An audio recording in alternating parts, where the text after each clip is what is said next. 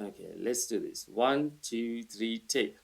Hi guys, this is the Scrabble Man once again. So I have a very special episode. This is the first episode on a new series of videos that I'm doing.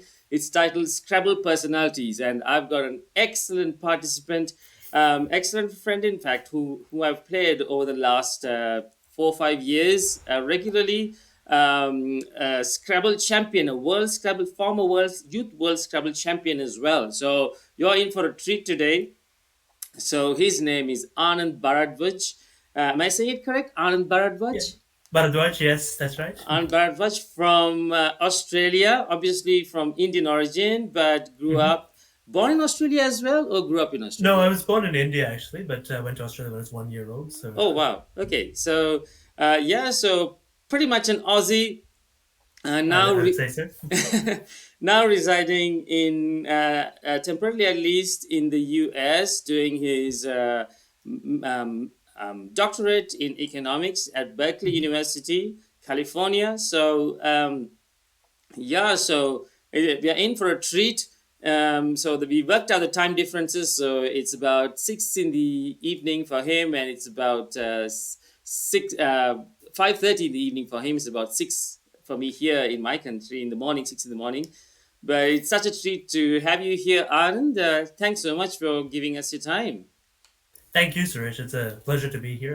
I'm a big admirer of your coaching videos and everything you've done to promote Scrabble. So it's a pleasure to be here and chat a bit about my experience in Scrabble with you. Yeah, man. I may have mentioned this several times. Like we played, like going back. I think when did we start playing online? It would be before the pandemic, at least. I think we started playing on ISC a I bit. I think we see. had some. Yeah, we had some. Yeah, ISC seems like quite a way in the past now. But yeah, I think we definitely played a few games there, and we were had a lot of close matches. I think you were beating me quite consistently back then. I was like, I mean, yeah, I would. I was. Yeah, I mean, I felt I probably had a slight edge on you, but I mean, quite literally, the last month or so, the tables have turned, Anand. So I think you've had the better of me. I may have mentioned this to you before as well. Definitely, I felt there's a shift a month or two before. I think we messed up out of the last 30 games. You must have won about 25 or 23. So so really the tables have turned. So I need to up my game quite literally. well, I'm Um, excited for that. I think there's always like runs of luck whenever you're playing against one person head to head, but it's always a pleasure to play you. yeah, yeah. But yeah, I mean, it's just that's just between myself and Anand. Like, but leaving that aside, I mean, the real deal is what you play in the real life. In physically, like real life Scrabble, face to face Scrabble.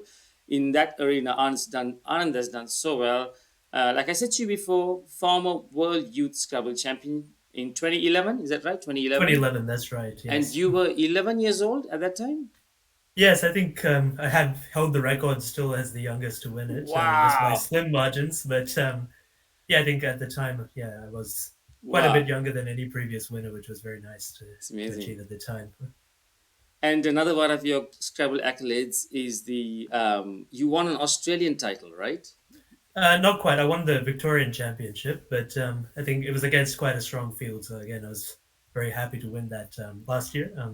The current iteration of the tournament is happening right now, so it's a shame I can't be there to defend my title, or at least try to do so. Oh yes, I mean Australia has probably one of the strongest Scrabble teams in world Scrabble teams in the world, and specifically that state of Victoria. I think you have Naveen there, Andrew Fisher. Am I correct in Yes, we saying? do. Yeah, we have Noeen, Andrew, David Elder, of course, David Edward Elder from Ockleys as Victoria well. as well. Oh my gosh, these Yeah, are the Edward Ockleys as well is now in Victoria, so it's a these are the very strong field. creme de la creme of world Scrabble, and they're in this one state in Australia. My gosh, it's amazing. I think it may be the strongest Scrabble city in the world, or very Wow, close at least, but it is, yeah, it's always the ultimate challenge playing against these guys. So I think Victorian title counts for a lot, definitely. wow.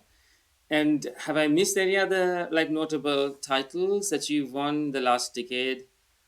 I would say those two are probably my two most prominent. I was also a quarterfinalist in the online Blitz champs as well, which was Wow. uh, which was quite a fun event at the time.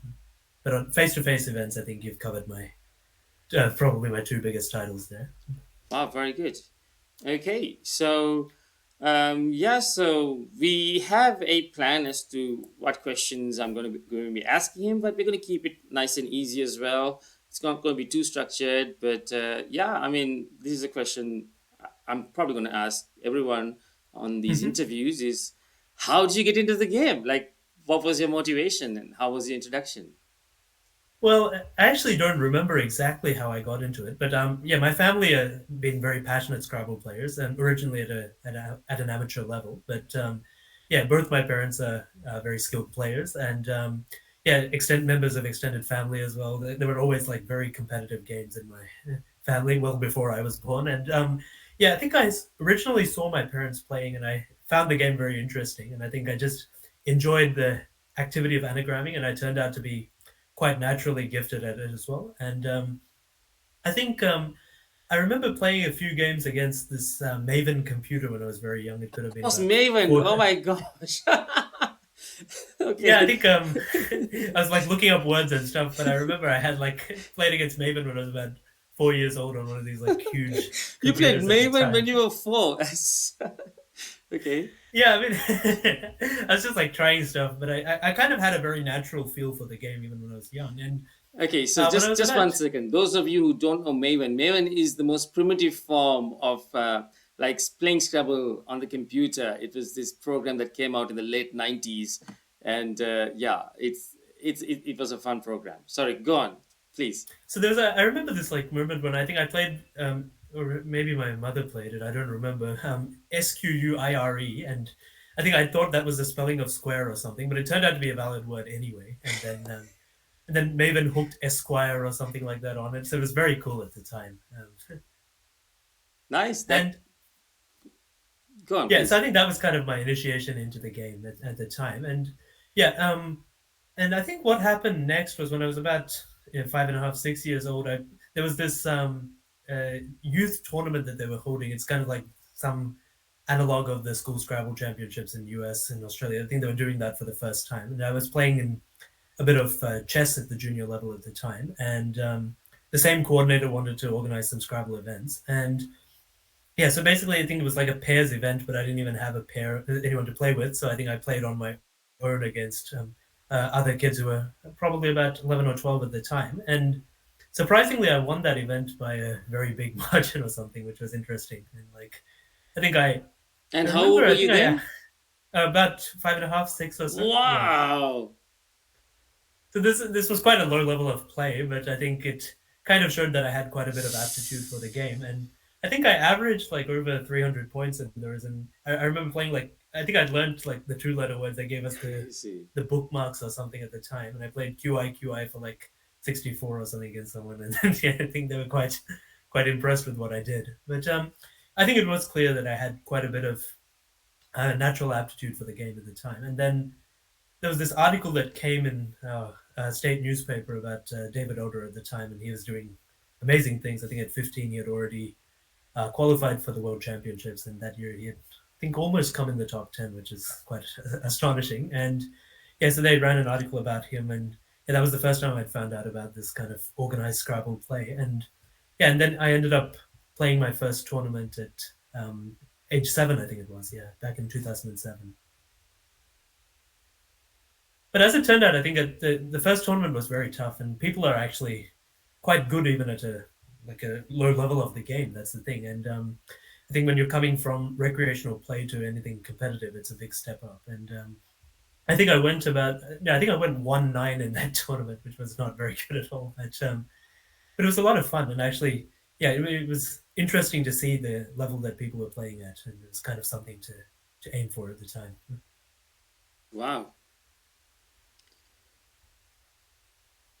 And I mean, I remember when I was growing up, I probably started much later than you. I started when I was Mhm. 14, 13.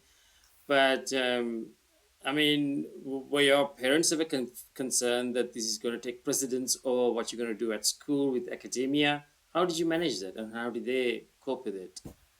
Well, my parents are also interested in the game, particularly my dad is a tournament player as well. I think, yeah, he hasn't had the time to study as much as I have, but I think if he did, he would be very highly ranked as well. But yeah, he had always had an interest in the game, so he also came to the tournaments with me and supported me. And my mum was also involved in kind of the organizational side, kind of doing the computer entry and things like that too. And she played a bit as well. And then she didn't have the time to kind of practice for the game and stuff, so she took on other things that also supported the community there. And yeah, I think, of course, there is that concern that any kind of competitive pursuit like this can be taxing. But I think Australia, the primary school level is very kind of lightweight in some sense, and I was kind of already learning independently at a much higher level than the school curriculum. So I think Oh I was wow! kind of pursuing So were you that side of things. homeschooled? No, I wasn't homeschooled. I was attending a traditional school and everything, but Were I you had a living lot of independently? flexibility. You were learning Yeah, they independently. gave me a lot of flexibility to skip grades in individual subjects and Oh stuff. So I was kind wow! of doing whatever I wanted basically at the time. Is So it I think they were actually compliments. Yeah. so they were giving you space because of your Scrabble pursuits? They were like, "Here, let him develop at his own pace." Was it something like that?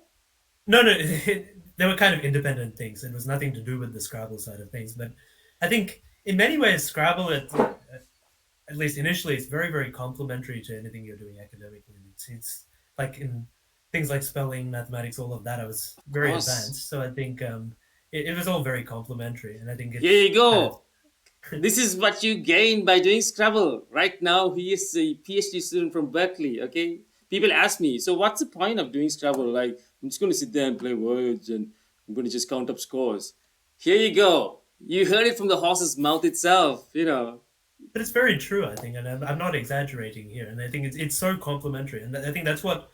So I attended a camp with Karen Richards shortly after my first tournament, and yeah, she kind of emphasized all of these kind of benefits Wow. from playing the game. And I think she was definitely onto something. And I think if that can be promoted to a wider audience as well, that'll be a very positive thing in terms of getting youth players interested. What you're doing as well, Suresh, is very beneficial in that. In terms of actually, I think people need to be shown what are these benefits of playing the game. And I think particularly when you're 7, 8 years old, I think there's a lot that can be learned, and I think you develop a lot of fluency with um, numeracy, literacy, strategic thinking, all of that. And yeah, I think any kind of game is very beneficial to that. Chess also is often promoted in for kids as something beneficial, but if you're looking at something that is more directly linked to traditional academic pursuits, probably Scrabble is the better game to choose, I think. I mean, wow, that's amazing hearing it from you. I would also add to that list linguistics because recently, the last 4 or 5 years, I started learning languages, Yes, and remembering words is not too much of a difficulty for me because that's what you do for Scrabble, and especially if the language is like based on like a Roman script, like Spanish, Portuguese, or even German, and so yeah, yeah, it's just yeah. I mean, that's just so good to hear from you, Anand. I would 100% agree with you about language learning as well. Actually, I was always quite naturally talented in terms of learning new languages as well. And I pursued French, Mandarin, Chinese to quite a high level as well. And yeah, Wow, look at that. and I think, yeah, learning Scrabble is very complementary to that because you can, at least if you're, it depends how you're playing Scrabble. Of course, if you're just learning it as strings of words and then just playing it down, maybe there's less benefit. But I think if you're learning other things like spelling, word roots, and stuff like that, you can really get a lot of insight into how languages function. And I think that was Absolutely. of a lot of benefit to me. And yeah, it made it very easy to learn new languages. I think that's another benefit. So that was French, Mandarin, and what was the other one? Cantonese? Uh, no, just French and Mandarin were the two I pursued, but I Wow. also learned Latin as well. Wow. But All right. Wow, that's amazing, man. Did you take that as a major in your high school, like Latin? yes, no, I took French actually in high school, and I did that to quite an advanced level. I was the top student in the state for that, and I ended up writing ended up co-writing one of the textbooks for the subject now actually. Wow, So amazing, I man. think yeah, definitely the Scrabble side of things helps a lot with that. And I think yeah, I remember playing one of my French teachers in French Scrabble at the time, and yeah, I think I had some nice bingo in that as well. So I think they were quite impressed with that. That's so Definitely good. not at Nigel's level or anything, but it was still quite a bit of fun. I mean, that just what you said before. I mean, Nigel actually, I don't think he still doesn't speak in his French. He just No, I don't think so either. so if He's one of a kind. those of you who don't know who this Nigel person is, he is the Scrabble man. I'm just a poser. He's the Scrabble man. Everyone like is hands down accepts that he's the best Scrabble player in the world.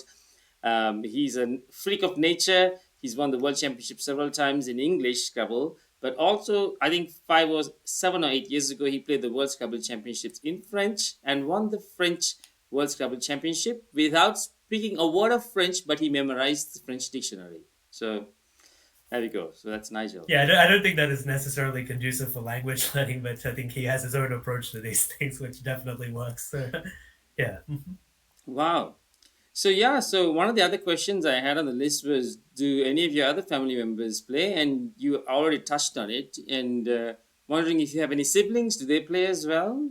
No, I'm an only child, but yeah, other family members, actually, quite a few members play it at a pretty strong level. My uncle is a good player, and my grandfather plays as well. They play for fun Wow. mainly, but they're actually quite skilled despite not having studied anything. And I remember, I think I played with them when I went to India in like 2009 when I was already a reasonably established player at a 1300 level or so. And I think they gave me a good fight. So I think you could tell that I think if they took it up seriously, they would be good players as well. That's good, man. That's so good to hear. I mean, I guess it makes a difference, like having family members, especially close family members, playing the game because they really do get you. I remember with Navin Fernando as well when I was like at the international championships with him. Mm. Navin Fernando is another top ranked Scrabble player. He played for lots of countries: Australia, Dubai, Sri Lanka.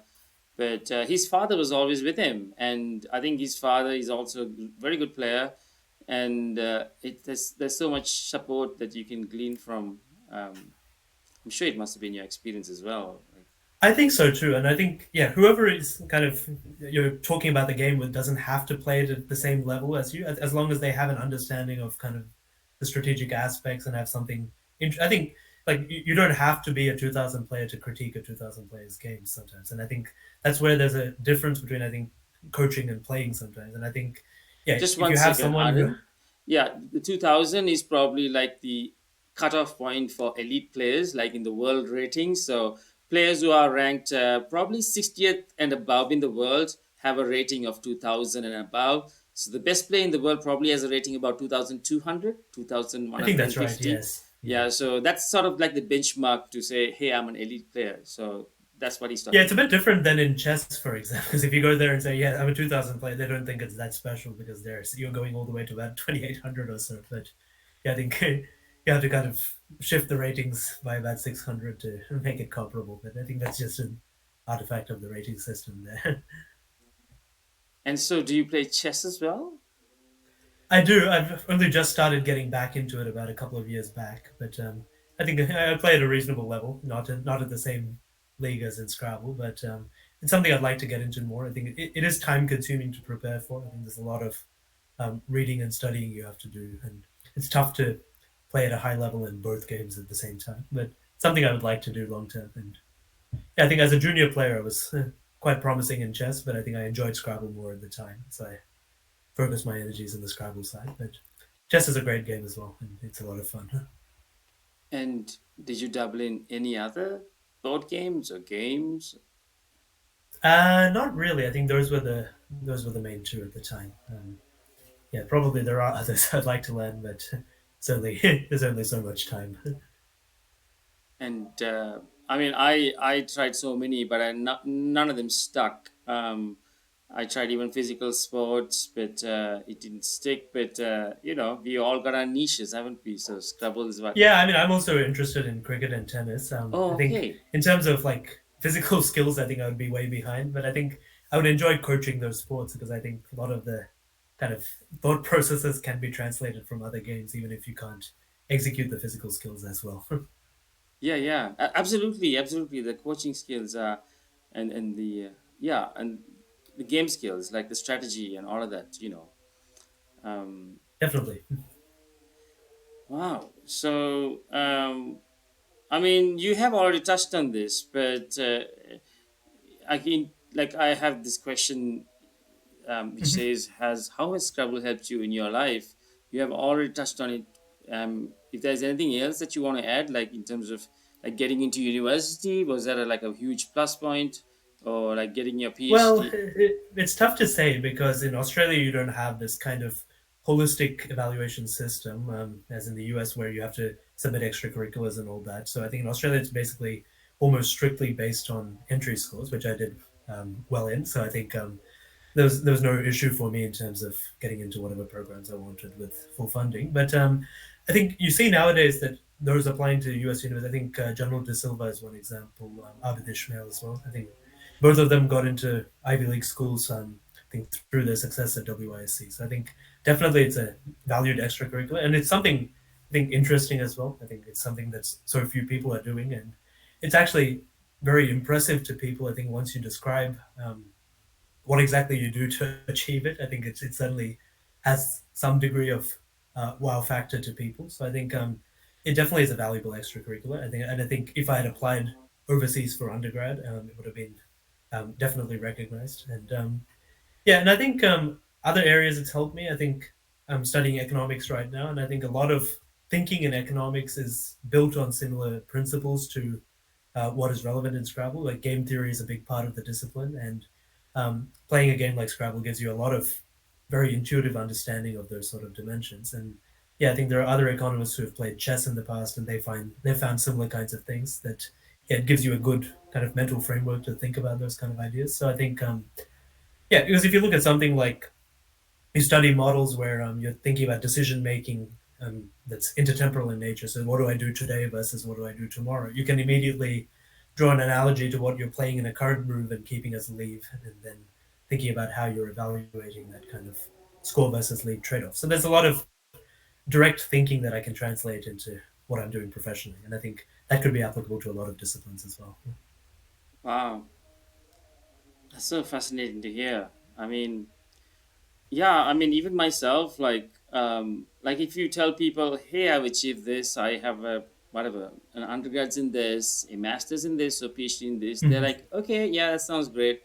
But if you tell them like literally you're a Scrabble champ and you played in the Worlds, like it's something I feel people can wrap their hands around and say, "Hey, actually, I know how to do this, and I know how like difficult it is," and like, wow. So what you said there, exactly the wow factor. Like I often get that from people when I tell them, "Hey, I'm doing this thing," and they're like they can actually like you said, they played it somewhere along their life, at a Christmas or whatever, and they're like, "Wow, you excel at that." And yeah, it even when I was like trying to be I was a private tutor for 7 8 years, and most of the Mhm. time, like I just threw that in there, like, "Oh, I played Scrabble at a very high level, played at the world championships," and that was like one of the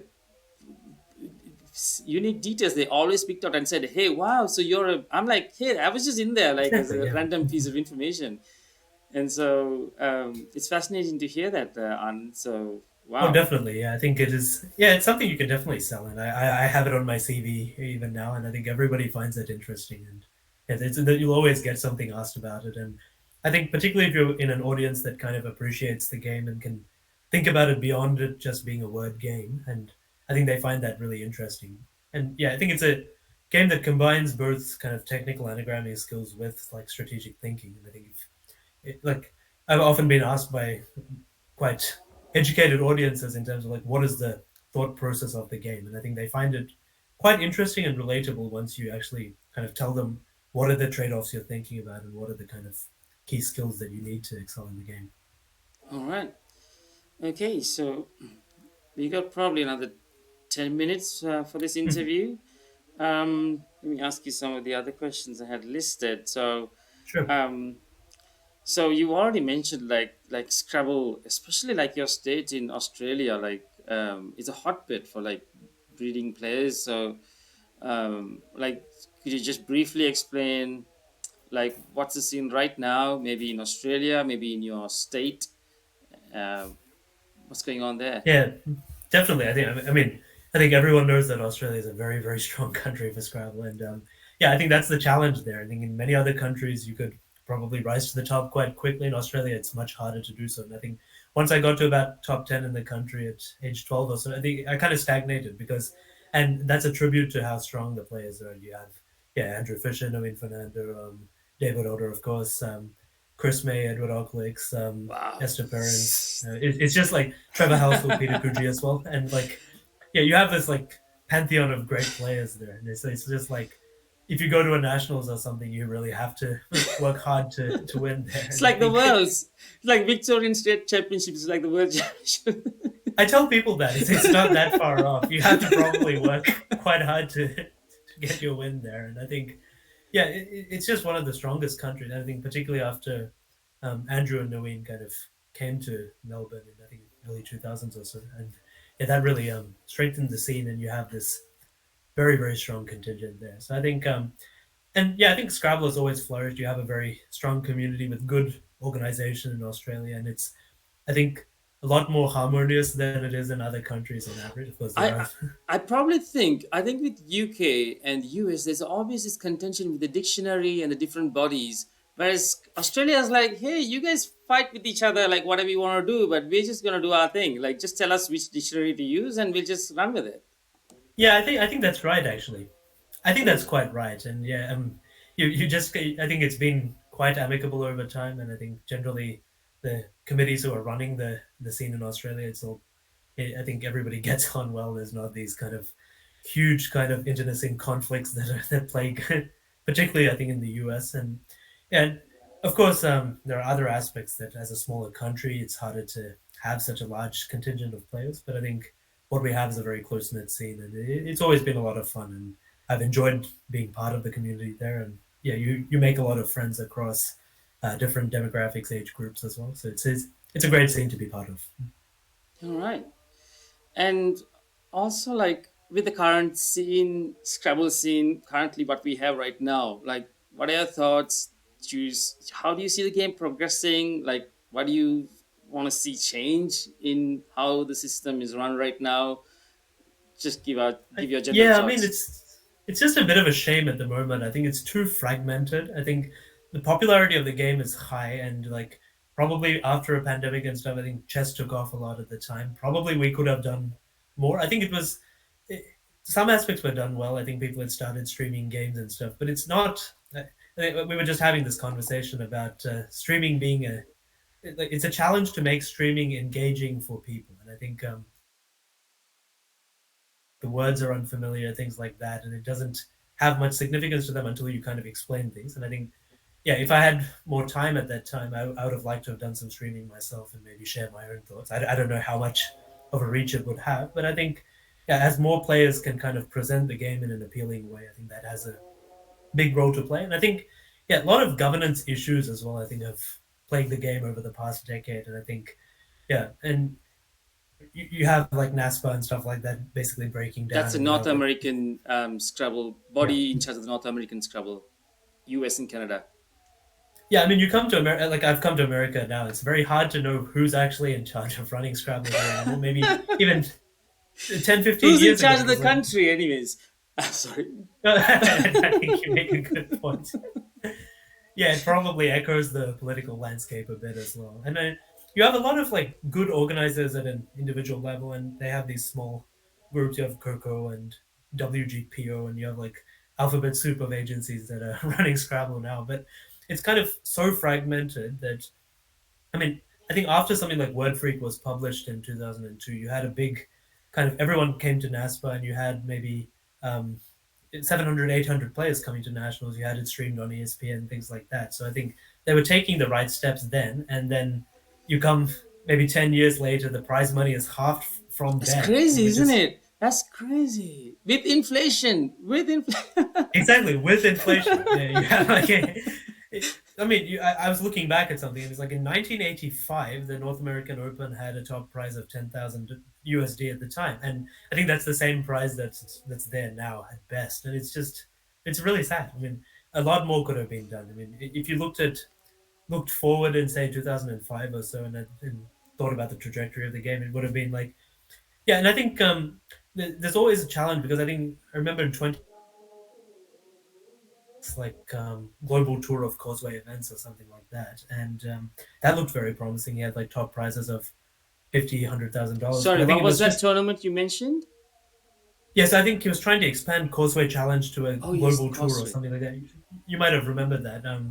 And I think it was just too much for him to organize as a single person at the time. So it was. So I think he had to shelve the plans later, which was a real shame Okay. because I think he's one of the best organizers in the Let me game. just pause you there. So this is Michael Tang from Singapore. So he works for, I think he still works for a big news company, Channel News Asia, and he That's right. Yeah. organizes these massive tournaments on the border between Singapore and Malaysia called the Causeway Challenge. And literally, he invites the top ranked players all around the world, and they play close to 50 games, if I'm not mistaken, over a course of five That's right. days. Yeah. And so, yeah, he's one of the top organizers of Scrabble, moves and shakers in the Scrabble world, Michael Tang. So that's whom Anand was describing before. Yeah. Right, I should have probably introduced him, but I got to meet Michael. I think back in yeah, I think he was there at WIC 2011 when I won, and yeah, he's been a great mentor to me over the years too. And I think people like him have played a great role in the growth of Scrabble, but it's tough for them to do as a single person, and you need a kind of broader community around which, and you need the kind of network effects of like a single organization, be it Westbar and NASPA. And whenever you start feuding about stupid stuff like a few swear words and stuff or dictionary debates. It's just Get like, that in as well. Get that in. yeah, I mean, you have to kind of, with a game, you need a network. And like, if you actually look at, say, chess, for example, and you had Okay, this just kind one of second. I just want to point splintering. this out as well. So, what happened recently was that because of the woke culture, I think a couple of years ago, what happened was all of the controversial words, any swear words or any words with racial undertones, have been deleted from the Scrabble lexicon. So, many people are on different sides of the argument. So that's what Anand just touched on. So, go on, please.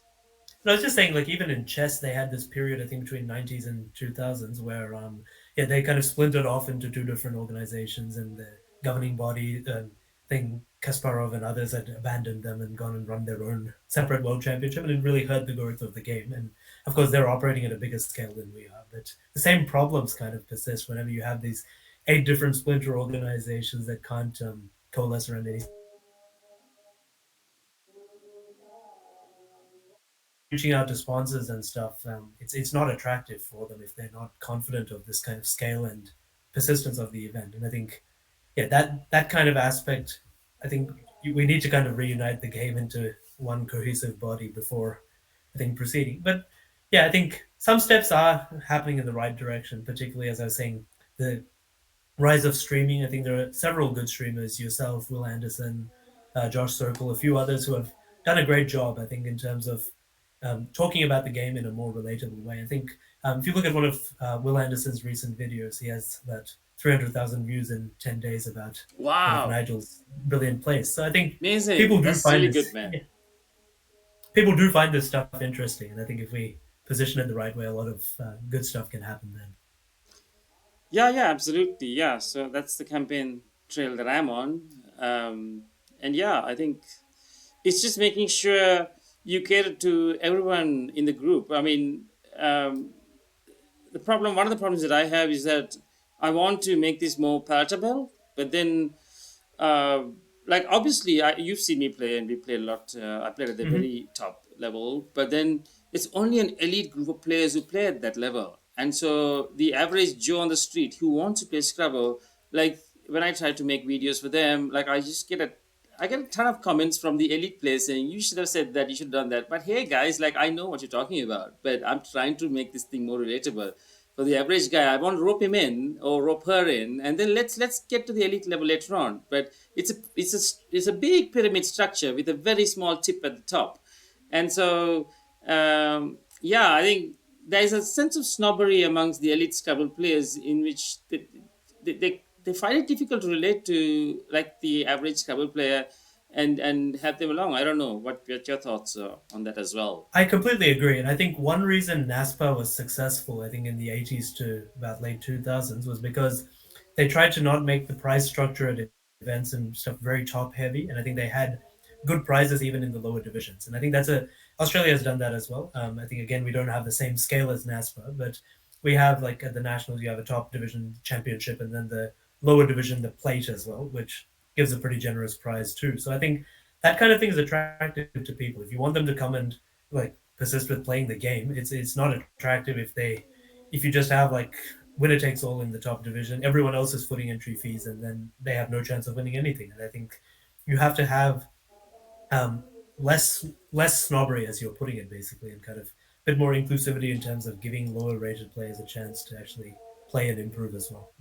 I mean, there is the potential because if you see recently, I mean, there were these common fads with Wordle, and you have all the other spin offs from Wordle, and people love doing this stuff. But then I mean, the elite players play it at such a sort of, yeah, such a high level that you leave them behind, but people genuinely want to get their hands dirty with this. But we need to make it more, I don't know, more inclusive and like I don't know, not just focus on creating the next whatever, whoever. Like it's great that we have champions like you, but I think if you at the bottom level, if there's more exposure and there's more involvement, eventually you'll have more champions rising to the top.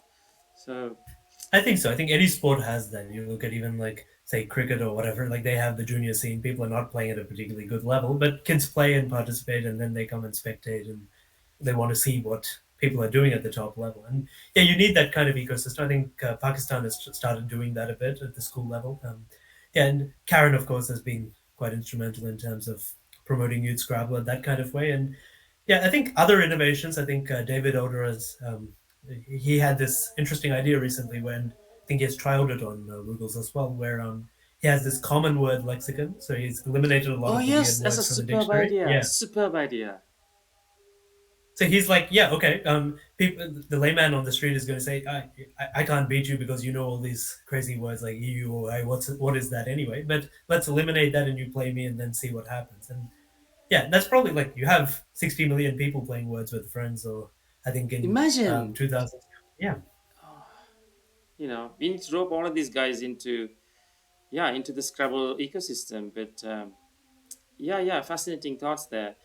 Yeah, I mean, we just have time for one more question. hmm For those of you who don't know, Anand is currently right now in the US, in the West Coast, currently doing his PhD. He's been there almost 8 months now at Berkeley University in economics, and he's not too far away from where the World Scrabble Championship is going to be held next month. I think it's in the adjacent indeed. Yeah, it's in my neighboring state yeah now of Nevada, so I will be there. It'll be quite exciting. Yeah, very Las pleased to Vegas. represent Let's go Australia. to Yes. Vegas. I think so. It'll be a fun event, and yeah, it's a very strong field. I don't know if Nigel is coming, but you still have about 9 or 10 very very strong players there, and I think it'll be a good fight, and I'm excited to play some good games with them. So you're an official representative of Australia. Like you've qualified for Australia, is it right? That's right. Yes, Very good. Very good. I did. Yes. And this is because of rating, or did you win a qualifying tournament, or did you win a tournament like the Victorian Scrabble Championships? No, it was by rating basically. Yeah, Very good. we had a pretty large field, I think, on the basis of quite a lot of good performances in the past. So I think we had about, I think we have about 15, 13, 15 players. I can't remember how many, but at Okay. least 12 if I remember right. So I was well in the top 12. I think, yeah, the last I checked, I think it was about fourth in the country. Wow, But that's very I good. think Oh my gosh. See, I wasn't wrong about your progress, man. Like that's amazing. Like if you're jostling amongst the Naveens and Andrew Fishers and elders for, oh my gosh, that's amazing.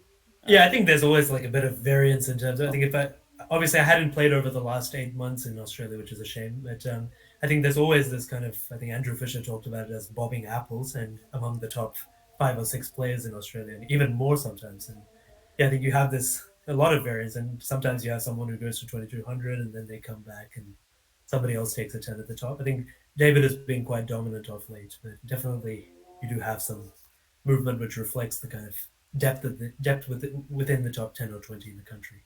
all right. So, like I foresee you doing quite well. Like, yeah, I foresee you doing quite well. Like, I would be surprised if you're not in the top 30 or 40. I'd be really surprised if you're not in the top 30 or 40. I Like, hope I can do that. I think I've obviously got stretch goals to aim for the top 2010 as well. I mean, there's always some variance in a big tournament like this, but I think if I play well and keep my focus there, I think anything can happen. We'll see. yep. Um, And is this something now, has Scrabble taken a new lease of life in what you do, or so how's Well, I it? think so in some ways. I think one thing I did want to say is like I had a quite a long. Well, it wasn't a full hiatus. I was still playing now and then, but I didn't have the time to devote, particularly during the my high school period when I was taking several subjects at an advanced level, and there was a lot of exam work and other busy work to do at the time. So I think for about 4 years, between about 2014 and 17, I couldn't really be as active in the game, and I kind of had to. And the thing is, being in a place like Australia, it's tough to make that rise from say even 1800 to about high 1900, 2000 level because you're playing against the The caliber of people Sharks. I just mentioned. The Sharks, really. Yeah. Yeah, I mean, so I was coming in the top 10 of nationals and stuff, but that's kind of all I could do at the time. So I think, so I took a bit of a break, kind of just played casually and attended some tournaments, but kind of plateaued at that 1800 level for some time. I think actually quite a long time. I mean, between 2012 and 2018, 19 or so, I think I was kind of at that mid 1800 level and didn't make any progress beyond that. But then, yeah, once my high school years ended and I had a bit more spare time to do studying and learning more about the game, and yeah, I think after that I was able to kind of devote some new energy to the game and kind of, I think there's also some maturity that comes with, I think, just getting older and developing new kind of strategic ideas, That's absolutely reading more true. widely. Absolutely true. So I think, yeah, so I think after 2019 or so, I think in Feb 2019, I was at about 1788. And after that, I began this steady, very consistent climb to, I think, mid 1980s by the time I left Australia last year. And I think in win percentage, it's probably, I think I may have been the strongest in win percentage in the country over that stretch, Wow. but or very close to David. But yeah, definitely I had this consistent streak where I think I kind of combined good word knowledge with good strategic play as well over the time, It's very good. and I, had I really totally second consistent to that. tournament I'll streaks. totally second to that because I have been playing Anand, like he said, from 2018, maybe 2017. Yeah. And yeah, I mean, I saw a little bit of a shift like at the beginning of this year, maybe late last year. But then just recently, the last couple of months, like there's been a definite shift. Not much in terms of the vocabulary. I still feel it's more or less the same vocabulary, but your strategy is definitely tightened up, you know. Well, I hope so, and I hope I can put some of that into practice in Las Vegas as well. We'll have to see, but I think there's a lot of good resources that circulate nowadays about Scrabble strategy, and I think reading that and learning some new ideas and discussing it with other players, it definitely helps. And yeah, I think once you have to kind of, I think you spoke on one of your videos recently about you can't be wedded to a particular style in Scrabble, and I think if you want to reach the upper echelons of play, and I think kind of seeing what people are doing in different styles of the game and trying to bring that, and yeah, it's a continuous process of improvement, and there's always more to learn. But I think definitely that's an important part of actually getting. I think getting to about 1800 was quite easy for me, and I'd done that by age 11 itself. And Wow. after that, it just became tough to improve at that same rate. And I think, yeah, once you're running into people like Andrew, Noeen, David, and at tournaments, and you have to beat them. And if you're not able to do that, you're going to be stuck at 1800 and probably slip and then beat some lower rated people. So I think, yeah, once I think, yeah, Andrew had this thing on his blog about me at the time, something like, yeah, that I was playing at a very good level, but not enough to vie with the elite on equal terms or something like that. And there's like some Ooh, that must point have that would stung. come where kind of word knowledge. Yeah, it was quite harsh, but I think he was right. I mean, I lost my first 10 games to him in a row, and it's like I think I lost 10 games to David in a row to start. And yeah, I mean, these guys were beating me. And I think what is perhaps surprising is that I was maintaining a high rating in spite of um, a very poor record against these top few players in the country. So I think probably showed that I was playing very well against the next tier of players. I had sharp instincts, but had to learn more ideas strategically and more words to actually compete at the highest level consistently. Yeah, man. Wow, it's been a fascinating interview. Wow, I've honest. We've never spoken in person before, even on a voice call. But but I pictured of you. You are exactly just that. You know, very engaging young man. Yeah, man. So it was a very fascinating discussion, and Yeah, we're going to do another video which will be about, I've entitled that video series Champion Moves. So, specific moves during Scrabble plays during Anand's life that are of a certain level of poignancy, importance, that helped him clinch the title, or, was just exhilarating for him. So, we're going to discuss that on another video. It'll be on the other video series. But for this video, we'll bid adieu, and thank you so much, Anand, for taking the time. Thank you. It was a pleasure to be here. Thanks for inviting me on your show.